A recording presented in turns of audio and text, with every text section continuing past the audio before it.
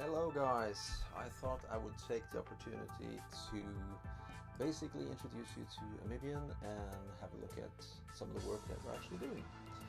I was supposed to actually sort of create a tutorial, if you like, and go through all the system, but I haven't been able to do so because the mix stand I ordered hasn't arrived still. So I'm doing this a bit ad hoc, so to speak. I have the audio rack set up, I have the microphone, but it's just in front of me, so hopefully the audio will be good enough. But okay, let's have a look. As you can see here, yeah, that is the server code. Now, if you're wondering what this is of course Smart Mobile Studio, which I guess some introduction is in order. Smart Mobile Studio is a project that I started roughly 9 years ago. It's essentially a compiler system and runtime library and form designer, and it's basically a system to make software for the web. So you write Object Pascal, which is of course famous, like Delphi, and Free Pascal, for example, uses Object Pascal. So you write code like that, and it's compiled into JavaScript. That is actually quite hard to achieve, so we spent a lot of time working on this. And on top of the compiler and creating an IDE like this, we also had to create a runtime library, which is of course a collection of pre-made classes and components, visual components, for example. You have to implement those from scratch, basically. So there's a huge collection of those, roughly 4,000 classes that we made. And we've been polishing and working on that for a long time. So I think it was about 2 years ago or something that I basically picked up Amibian again. Initially it was a single window user interface. A bit like a kiosk system, for example, like Kodi, Netflix. So you had a menu and you can navigate, go into subcategories, out of subcategories, etc. And it was perfect for normal embedded systems. But then I decided that okay, let's do something with this. So I set up a windowing manager, which gives us the visuals that you have all seen, and I've continued working on it since then. And last year was spent updating Smart Mobile Studio even more. So I worked on that for a year. We managed to secure funding for that.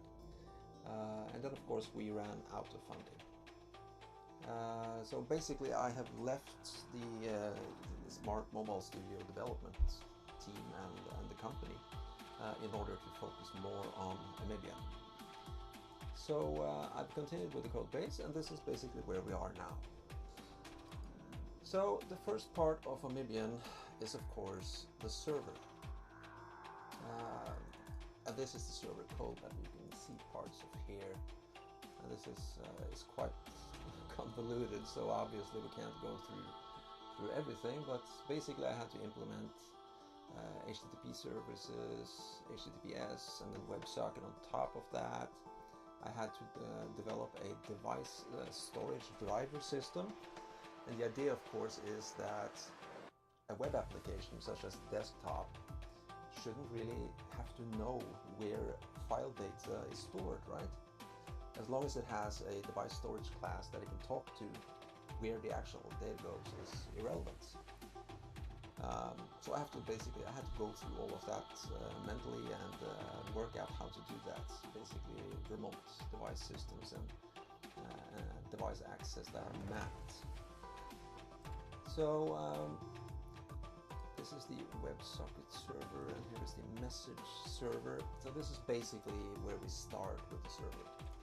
And this is based on the Ragnarok message server, which you probably have read about if you've been following the project. And the Ragnarok message system is basically based on WebSocket. So the web browser can talk to the server, Native clients can talk to the server. You have all the options you need to talk to the server. It's also a long-term connection, which means that it's not like HTTP where it connects, give me that page or give me that graphics, and then it simply terminates after the data has been delivered. This is a long-term connection, so it continues to have a dialogue with the server all the time. So even though you remain idle, for example, you walk away from the desktop, it will still continue to talk to the server even though you have left. The difference being, of course, if you log out, then the connection is terminated. And what you see here is some of the basically the commands that the protocol can accept. So we have a couple of simple ones like command dir, which basically means get a directory listing. Then you have for read file, then you have run file, then you have other file IO methods. And this will of course continue to grow now that the protocol is established. Authenticate is probably self-explanatory. It's basically the login sequence. But this is of course top level stuff. This is not low level implementation. So when you start to dig into some of the code behind this, start looking at all the work that we have done, it's quite substantial. And this is of course a difference between other systems like Chrome OS, for example, or Friend OS. All of those use a native backend. They have a native server that is written out of C++ or whatever they're using. We're using Node.js. Everything is JavaScript. So you can compile this and run it on Linux, and you can simply copy the binaries and JavaScript files directly to Windows or perhaps a different chipset like ARM or PowerPC, and it will just work because JavaScript is universal. And that's the beauty of this. We get away from the whole native backend thing, which also means a great deal when you're going to do web hosting or push this as a cluster onto the cloud. So the server stuff, simple as it might seem. Let's see, yeah.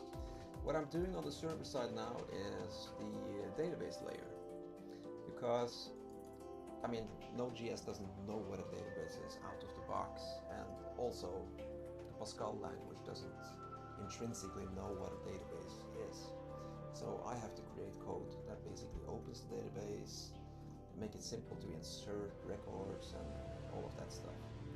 So let's have a look. This is the SQLite driver, and I've isolated the logic in a common ancestor T database. Then you had read and write transactions that you basically use. And of course, for non-programmers, all of this is irrelevant. But that's basically where I am now. When that is done, the whole authentication layer is pushed out of the code. That will be a database only. So if you start up Amibian, the Amibian server, and the first thing it's going to look for is the database file. If it doesn't find one, it will create one automatically for you. And then you have to start, adding users.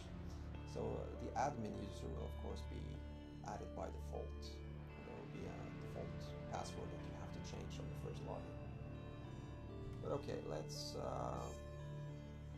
compile this.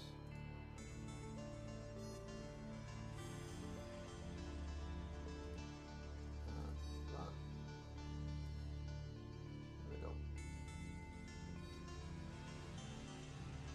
Okay, I have some database testing code down here. Now basically opening a database, creating a table, and then I'm going to start pushing the records and creating user accounts. Also session information. For example, if you have 200 connected users, then obviously you don't want to use files, right? You want to use the database. So the sessions and the connection info and all of that has to be pushed out of memory and into the database. That has to do with clustering, because if you don't do it, then you're basically not allowed to cluster the server. If you don't know what a cluster is basically that you can run several instances of the same server, and and then you will basically share the payload. So if you have like 200 people working on the same server, the payload will be divided amongst the number of instances that you have. And a cluster can be a single computer using the different cores, or it can be multiple computers using the cores of several computers at once. And that's the beauty of this, you can daisy chain 3-4 old computers and basically do whatever you want. So okay, that's the server is running, so I'm going to switch over to something else. Close that up. Let's see. Design your smart desktop. There we go. That's quite a big project, so takes a little while. So this is the RxX parser that I'm working on now. Trying to get that in early. Let's fire up the code. Now, the warnings that you see here are basically just bullshit. It's just me debugging because I have some functions that used to be in a class called tDataType, and I wanted to see just how many classes and instances in the runtime library that actually use that. And the easiest way to do that is simply to deprecate a function or a class. Then you will, the compiler will warn you and say, hey, you can't use this. So,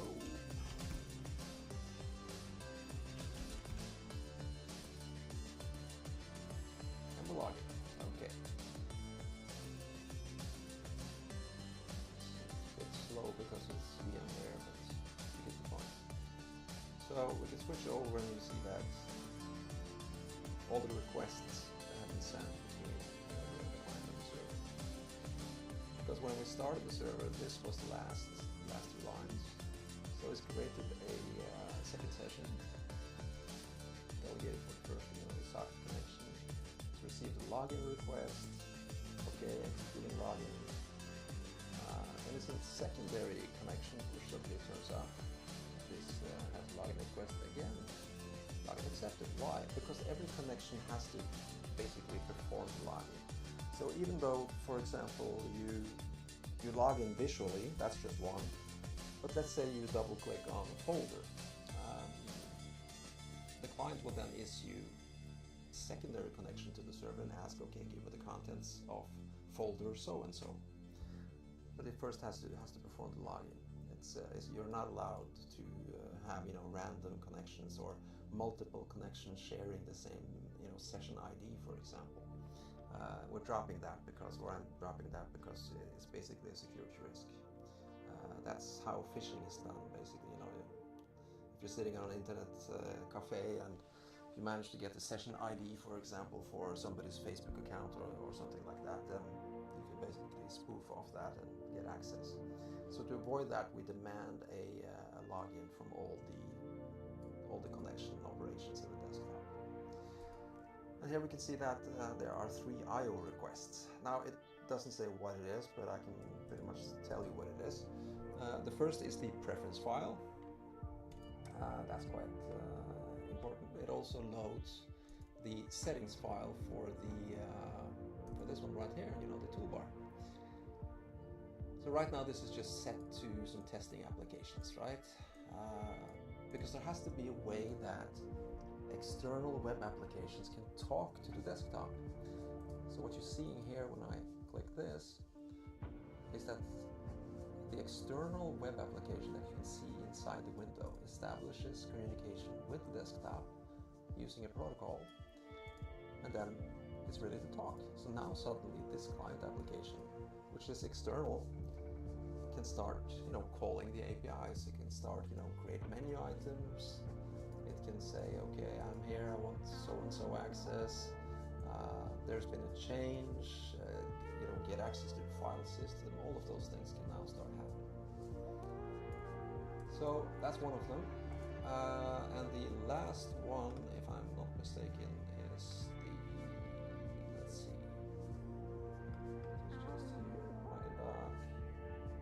Yeah, it was was the actual background photo, because this is loaded through the file system. So in the preference file, this picture is set to be, the background.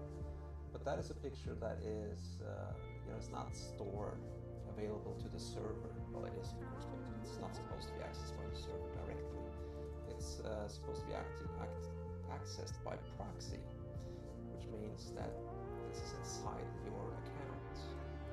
So every user that uses Amibian will have his own account folder, and only that user is allowed to read the content, get access to it. So the final thing that we will be adding to this is actually an encryption layer, and that means that all the read and write operations on the server will involve encryption. So nobody can actually use your files for anything, should they get access to the server. I mean, it will be gibberish without a proper login. Also, we're not going to store the password. We're going to store, a double hash or something like that of the password. So all the data will basically, it will be useless without you logging in properly. So yeah, like you saw, it's loaded the background. We have several cool background pictures. There's a guy on Amiga Disrupt that has made a couple of these, which is really cool. So we're going to have some fancy backgrounds there. And what I want to do next after the regsex stuff, I think it's time to start working on cut, copy, and paste. That is something I want. I also want drag and drop, so that you can basically just select folders like this and then just drag them onto this window. It's not complex at all, but I want to do the low level stuff first. The hard work. And then we can do the superficial functionality later. I'm actually very, very excited about the regsex support. That is going to be really cool, because you will have all applications have a message port that is built into JavaScript.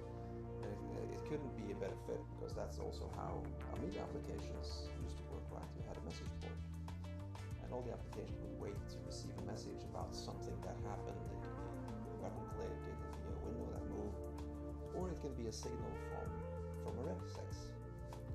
And now we're able to basically implement the same, but we can take it one step further and also involve things like sockets, maybe also some networking. It would be insanely cool to be able to write scripting across a cluster of instances, for example. So there's a lot of cool possibilities opening up.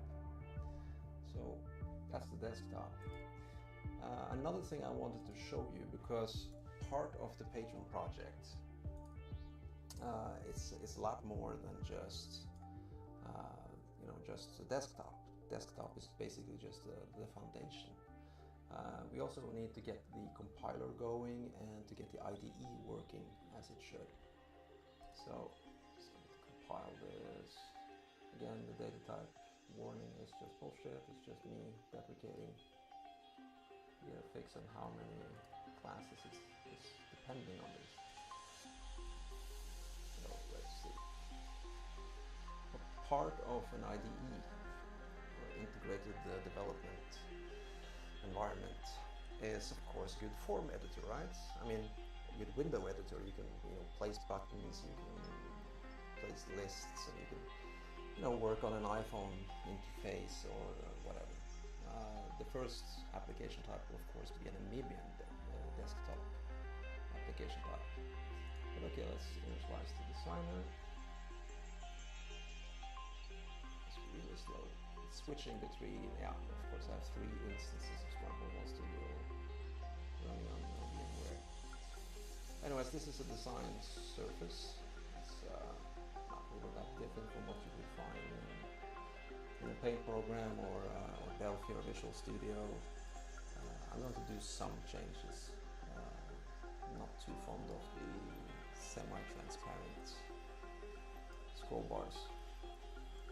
And then you will have a component palette, so you can grab a text box and drop it, set properties. Also have a property inspector like Delphi has. I think that's a must today. So as you can see, all the parts are in place. You just have to glue them together in the right way. So just wanted to show you one last thing. We can go into the assembler application. Now I was hoping to get this active on a domain because I have bought the domain for us. I was hoping to get that active, but I think we need to finish the server infrastructure first. But this can just be dropped anywhere here. Again, this is a bit slow because I'm running 3 instances inside VMware. And I got a bit inspired by, you know, the old Qmaseca and ASM1 sampler systems. So the idea here, of course, is that you have an assembly language which is remarkably similar to the 16K, except of course that it's a virtual CPU that has completely different register types, it has a slightly different stack system, and it's more adapted to bytecodes basically. This will be compiled to bytecodes. So you can type your stuff here, and then you can hit escape, just like old days. Assemble, okay. You can list the bytecodes. So that is the compiled machine code of the source code you see here. So okay, let's well, run it of course. It doesn't really do that much yet. And then we can do a disassemble to look at what is actually compiled here. And here you can see that the jump subroutine, basically all the branching has been transformed from being just labels like you see them here into being actual offsets into the machine code, into the assembly basically. So it's jumping forward in the buffer. And we have behind all of this is of course low-level instructions, but behind that you have all the the library stuff that we used to have on the Amiga. We have similar stuff here using the syscall instruction, allowing you to call a specific, I guess we'll call it a kernel function if you like, which has a specific ID, and there will be constant files which defines all these values, so that the bytecode, which runs really fast, can suddenly okay, let's stop, let's talk to the system, and then the background system can perform some operation, return back into the virtual machine, deliver the results, and then the code continues. And this of course happens very fast. So this as well is one of the modules that is going into the Amiga. But right now we have a bit more immediate stuff to work on. The database layer is of course the most important right now, because I want to get every inch of hard-coded stuff thrown out. That is super important. I hate having hard-coded stuff, but we didn't really have any choice. I mean, this was we had to adapt this to the demo of Smart Mobile Studio 3D. So no databases allowed. But yeah, it's taking shape, and I hope that everybody can see that. So there's a lot of work and a lot of classes that have been written specifically to make this happen. Yeah. Well, that was all for today, but I will continue to give you hopefully a lot better updates than this. Also, the repository is coming along, so there's going to be quite a large change from the code that has already been shared. Also, there is a patch because, as you know, I used to work on Smart Mobile Studio and I don't do that anymore. But I had a ton of changes that were not committed to the company. So we need to patch up your RTL. So if you download Smart Mobile Studio and install a demo or whatever, then you can simply download my patches and simply overwrite the default Smart Mobile Studio files. And then you will have all the changes and all the benefits, and you can basically start compile this and change it if you like. So that's cool. Okay, I'll see you soon.